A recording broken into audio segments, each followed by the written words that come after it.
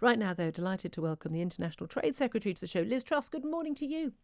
Good morning, Julia. Let's have a chat, first of all, about what you're discussing this morning and these moves to have the first post-Brexit Freeports open next year, offering tax breaks and laxer planning laws for customs-free facilities.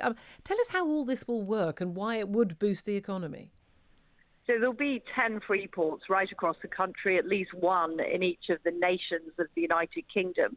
And what these free ports will enable companies to do is set up new businesses, add value to products that they import and then export from Britain without having to go through the red tape, the customs procedures. And these have been shown to revive industrial areas in other countries. But what they'll also do is help turbocharge our new free trade policy. So, for example, we've just struck a trade deal with Japan that goes further and faster than the EU deal in areas like digital and technology, food and drink. So what Freeports will do is they'll provide a real platform for companies to take advantage of some of those free trade deals we've got around the world. What about the concern that some people have raised that actually the free ports just sort of effectively divert trade and business from one area of the UK to another area of the UK? We lose a load of tax benefits and those businesses would have been there anyway. They just moved to a free port rather than anywhere else. Well, what we want to do is bring new businesses onshore. So what we've seen is over the years, a lot of manufacturing has been offshored from the UK, quite often because some of the regulatory and red tape issues. By having these free ports, which are really attractive destinations for new investment, we can bring more jobs into the country and we can also make sure we're importing and exporting more goods. And they have been shown to work in other countries. It's all about the design of the free ports. We're going to get that right, learning from international best practice. But we are in a unique position of having our own tariff policy for the first time in over 40 years and really having control of our trade policy. So these will be the visible demonstration of how those benefits can help level up our country. What about the concern that, the government's announcement, the Prime Minister's speech to conference yesterday about getting wind energy, basically powering all of our homes in 10 years' time, wind farms on a grand scale. The concern that actually, this energy, although it's renewable, it's not cheap in terms of having enough of it. So you've actually got enough all year round, all the time, and needing to have the backup in a nuclear power station or a gas powered station. You're looking at energy prices going up 2 or 3 times. That's what's happened everywhere where this has been tried.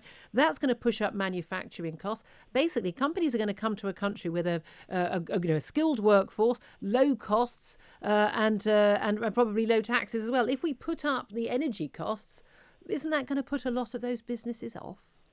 Well, the costs of wind power are coming down, but you're absolutely they're right. Not. Julia. No, that's not true. They're not.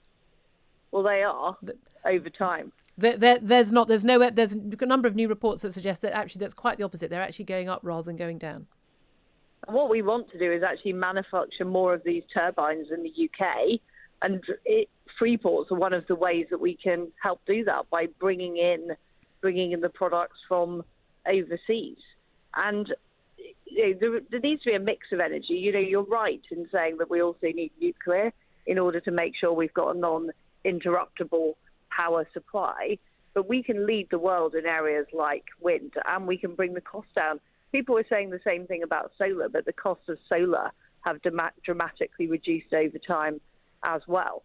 Okay, you don't think it's going to be an issue. Let's talk about the issue that is really concerning everybody at the moment, and this is whether or not we are going to be facing more lockdown measures as a result of the increase in cases, infections, in a much smaller increase in hospitalisations, much more increase in deaths. But obviously people are concerned as we go into the autumn.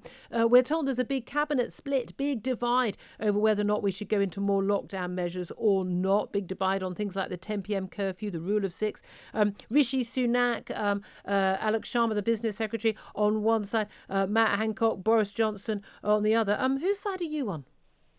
Well, I don't sit on the COVID committee itself, so I can't really talk about the conversations that take place there. But, of course, it's important that Cabinet debate the issues in private and then come to the conclusion. But I can assure you that we're all completely behind the Prime Minister's strategy. We have regular presentations from the Chief Medical Officer and Chief Scientific Officer. But these are not easy decisions, Julia. No one wants to be in a position of having to close pubs at 10 p.m. or put in local restrictions in some parts of the country. We're having to do that because we're facing this pandemic, this global pandemic, and we need to protect lives, but we also need to protect livelihoods. And as you were saying earlier, keeping schools open is so important. Keeping workplaces open is so important because we are going to need to grow our way out of this crisis. That is the only way we'll be able to pay the costs, and it's also the only way we'll be able to protect livelihoods in the future. So that is our top priority, protecting lives and livelihoods. We do have to take difficult decisions in order to do that. But the announcement we're making today on Freeports and free trade is all about how does Britain generate the money in the future? How do we generate those high-skilled jobs around the country so that once we are through coronavirus, we're in a better position?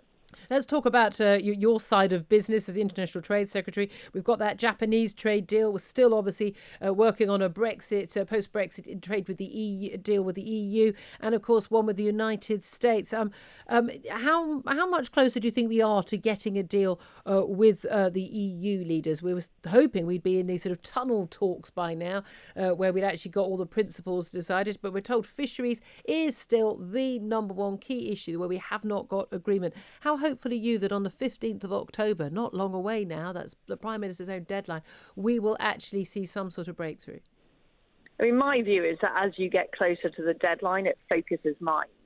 And, we want a Canada-style deal with the EU. They've already signed up to it with Canada. There's no reason they shouldn't sign up to it with us. It's in their interest. It's in our interest. And we need to be able to get to that conclusion. But what we're not going to do is sign up to a deal that allows continued control of the ECJ or does over Britain's fisheries or anything else like that. So we are only going to sign up for a deal that is right for Britain. And that's true in all the deals we're negotiating. So the deal I'm negotiating to the United States, we're making good progress. We're now in a position of discussing offers on tariff reduction, which is really important for industries like whiskey. But of course, we'll only do a deal with the United States if it's right for Britain. And we have options. There are lots of countries, lots of trade blocs coming to the table wanting to negotiate with the United Kingdom. And I think it's absolutely in the EU's interest to agree a Canada-style deal with us. And just finally, obviously, we're looking at what's happening at the polls in America. Donald Trump, 3 polls now showing he's going down in support after getting infected with COVID and the antics around that. Biden looking very much more likely. As much as we trust the polls, as much as we trust conventional wisdom, always possibly a risk when it comes to Donald Trump. But it's looking like we will see President Joe Biden, given his threats and the Democrats' threats in Congress over the issue of the Northern Ireland protocols and the like. If we don't end up with a post-Brexit EU trade deal, does that scupper our chances under a Biden presidency of a US trade deal as well? Well, we've been working cross-party in the US, so I'm talking to senior Democrats as well as senior Republicans to get their support for a UK-US deal. It makes sense for both countries. We have a very positive economic relationship already. Both countries want to expand trade. And of course, on the issue of the Good Friday Agreement, we're absolutely committed to it. We're absolutely committed to no hard border in Ireland. And we've made that very clear to the Americans. OK, well, we shall wait and see. Thank you so much for joining us, Liz Truss, International Trade Secretary.